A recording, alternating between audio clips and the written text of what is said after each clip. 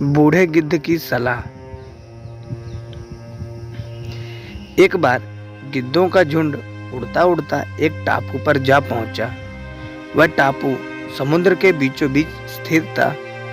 वहां ढेर सारी मछलियां, मेंढक और समुद्री जीव थे। इस प्रकार गिद्धों को वहां खाने पीने का कोई कमी नहीं थी। सबसे अच्छी बात यह थी कि वहां गिद्धों का शिकार करने वाला कोई जंगली जानवर नहीं था। गिद्ध वहां बहुत खुश थे। इतना आराम का जीवन उन्होंने पहले देखा नहीं था। उस झुंड में अधिकांश गिद्ध युवा थे। वह सोचने लगे कि अब जीवन भर इसी टापू पर रहना, यहाँ से कभी नहीं जाना, क्योंकि इतना आरामदायक जीवन कहीं नहीं मिलेगा। लेकिन उन सबके बीच में एक बूढ़ा गिद्ध भी था। वह जब युवा गिद्धों को देखता तो चिंता में पड़ जाता। वह सोचता कि यहाँ के आरामदायक जीवन का इन युवा गिद्धों पर क्या असर पड़ेगा। क्या ये वास्तविक जीवन का अर्थ समझ पाएंगे? यहाँ इनके सामने किसी प्रकार की चुनौती नहीं है। ऐसे में जब कभी मुसीबत इनके सामने आ गई तो ये कैसे उसका मुकाबला करेंगे?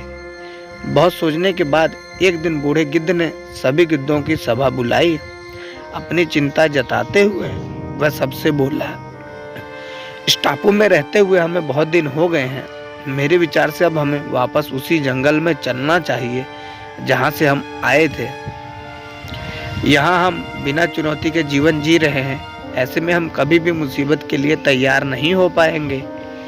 युवा गिद्धों ने उसकी बात सुनकर भी अनसुनी कर दी।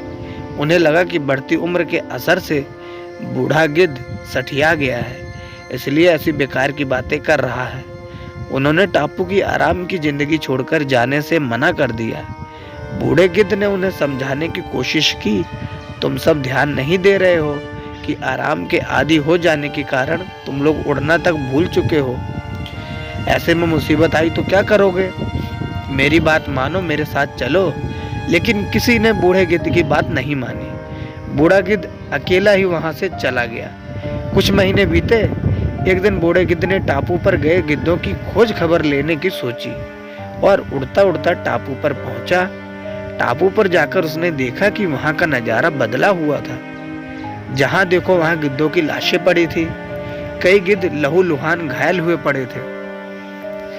हैरान बूढ़े गिद्ध ने एक घायल गिद्ध से पूछा, ये क्या हो गया?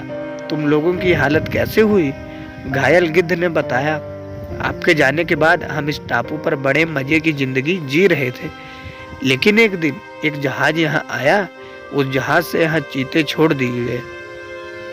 शुरू में तो उन चीतों ने हमें कुछ नहीं किया, लेकिन कुछ दिनों बाद जब उन्हें आभास हुआ कि हम उड़ना भूल चुके हैं, हमारे पंजे और नाखून इतने कमजोर पड़ गए हैं कि हम तो किसी पर हमला भी नहीं कर सकते और ना ही अपना बचाव कर सकते हैं, तो उन्होंने हमें एक एक कर मारकर खाना शुरू कर दिया।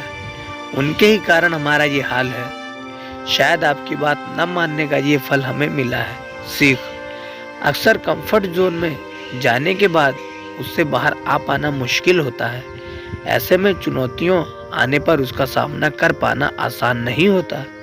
इसलिए कभी भी कंफर्ट जोन में जाकर खुश ना हो जाएं। खुद को हमेशा चुनौती देते रहें और मुसीबत के लिए तैयार रहें। जब तक आप चुनौती का सामना करते रहेंगे, आप आगे बढ़ते रहेंगे। तो ये थी हमारी आज की कहानी। आशा करते कहानी आपको पसंद आई होगी। कहानी कैसी लगी अपनी राय कमेंट में जरूर बताएं। साथ ही वीडियो को लाइक कर दें, दोस्तों को शेयर कर दें। चैनल पर नए हो तो सब्सक्राइब करना ना भूलें और पास ही बेल आइकन को प्रेस करके ऑल पे सेट कर दें, ताकि ऐसी ढेर सारी रोचक कहानी पहुंचती रहे आप तक सबसे पहले। मिलते हैं फिर अगली वीडियो में एक नई कहानी के साथ, एक नई शिक्षा के साथ। तब तक के लिए धन्यवाद।